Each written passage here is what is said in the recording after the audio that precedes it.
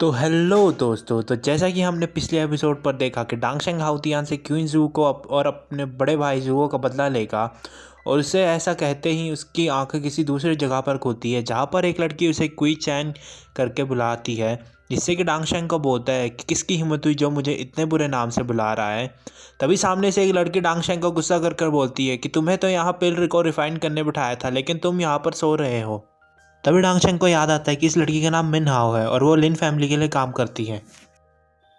तभी मिन हाओ डांगशेंग को कहती, जो तुमने अभी मेडिसिन ख़राब की है उनको हम मार्केट में बेचकर 10 सिल्वर कॉइन खरीद सकते थे, लेकिन तुमने अब मेडिसिन पूरी बर्बाद कर दी है।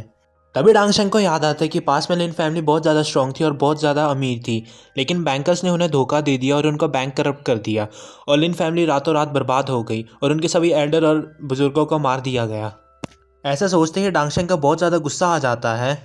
तभी मिन्हाओ डांगशेंग को कहती है, अभी जो सब कुछ हुआ उसे भूल जाओ और इस जले हुए फर्निश को साफ करने में मेरी मदद करो। तभी मिन्हाओ फर्निश के पास चली जाती है और तभी डांगशेंग को याद आता है कि ये मेरा दूसरा लाइफ है और इस लाइफ में भी मेरी मॉम डैड की हालत कुछ ज़्यादा ही ख़राब है और हम लोग इससे बचकर भाग रहे होते हैं और फिर लिन फैमिली हमें रहने के लिए शरण देती है। उसके ऐसा कहते ही डांगशेंग अपनी कल्टीवेशन लेवल चेक कर रहा होता है, जिसमें कि उसका कल्टीवेशन लेवल 1 का होता है। तभी डांगशेंग कहता है कि ऐसे कल्टीवेशन लेवल में मैं तो क्वीन जू का मौत का बदला ले ही नहीं पाऊंगा, क्योंकि उसके लिए तो मुझे सबसे पहले मार्शल आर्टिस्ट बनना पड़ेगा और उसके बाद एक वॉरियर बनना पड़ेगा और उसके बाद ग्रीन मार्शल आर्ट के 3 पीक पर पहुंचना पड़ेगा और उसके बाद मुझे अंटिल गॉड बनना पड़ेगा और इतना पावरफुल बनने के बाद ही मैं हाउतियान से अपना बदला ले पाऊंगा और लिन फैमिली को भी सिक्योर कर पाऊंगा।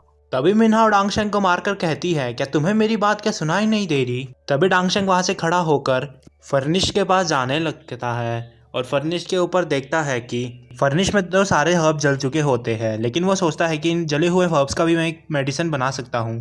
तभी डांगशेंग सोचता है कि भले ही ये सब कुछ बर्न हो चुका है, लेकिन इसमें फिर भी मेडिसिन का थोड़ी थोड़ी प्रॉपर्टी बची हुई है, इसलिए मैं इसके लिए एक पोशन बना सकता हूँ। और वो फिर उसके बाद सारे हर्ब्स को देखने लगता है।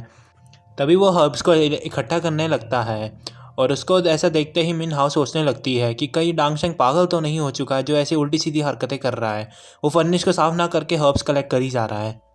तभी डांगशेंग इकट्ठे किए हुए हर्ब्स को फर्निश के अंदर डाल देता है। तभी डांगशेंग की ऐसी हरकतें देख मिन्हाओ डांगशेंग से कहती है कि तुम ये पागल तो नहीं होगे, तुम ये कैसी हरकतें कर रहे हो, अभी तक तो हमने फर्निश को साफ भी नहीं किया और तुम अभी तक उसमें हर्ब्स डाल रहे हो। तभी डांगशेंग उससे कहता है कि चिंता करने की बात कुछ नहीं है, मैं सबको ठीक कर दूंगा।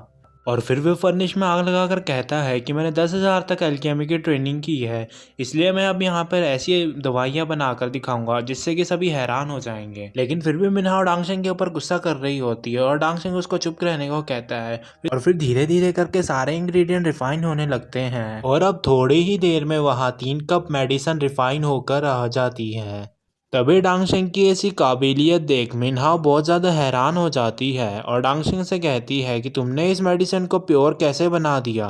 तभी मिन्हाओ डांगशेंग को कहती है कि हमारे यहाँ पर बड़ा एल्डर भी 3rd ग्रेड की मेडिसिन पिल ही रिफाइन कर पाता है, लेकिन ये तो उससे भी ज़्यादा स्ट्रॉन्ग लग रही है और पूरे यूजी सिटी में भी इतना ग्रेट कोई भी पिल रिफाइन नहीं कर पाता है। तभी मिन्हाओ डांगशेंग को पूछती है कि ये किस तरह की मेडिसिन है। तभी डांगशेंग मिन्हाओ को कहता है, जैसा कि मैंने सोचा था ये वैसी पिल बिल्कुल नहीं बनी है, क्योंकि इसमें अभी भी स्पिरिचुअल पावर की कमी है। और इसका ऐसा कहते ही वो कहता है, जब जब तक मैं अपने मार्शल बेट को इंक्रीज नहीं कर पाता तब तक इसमें मेडिसिन में इतनी ही कमियां होगी और इसमें स्पिरिचुअल पावर की कमी होगी, और जब तक मैं अपने मार्शल बेट को इंक्रीज नहीं कर पाता तब तक मैं अपनी मेंटल पावर नहीं बढ़ा सकता।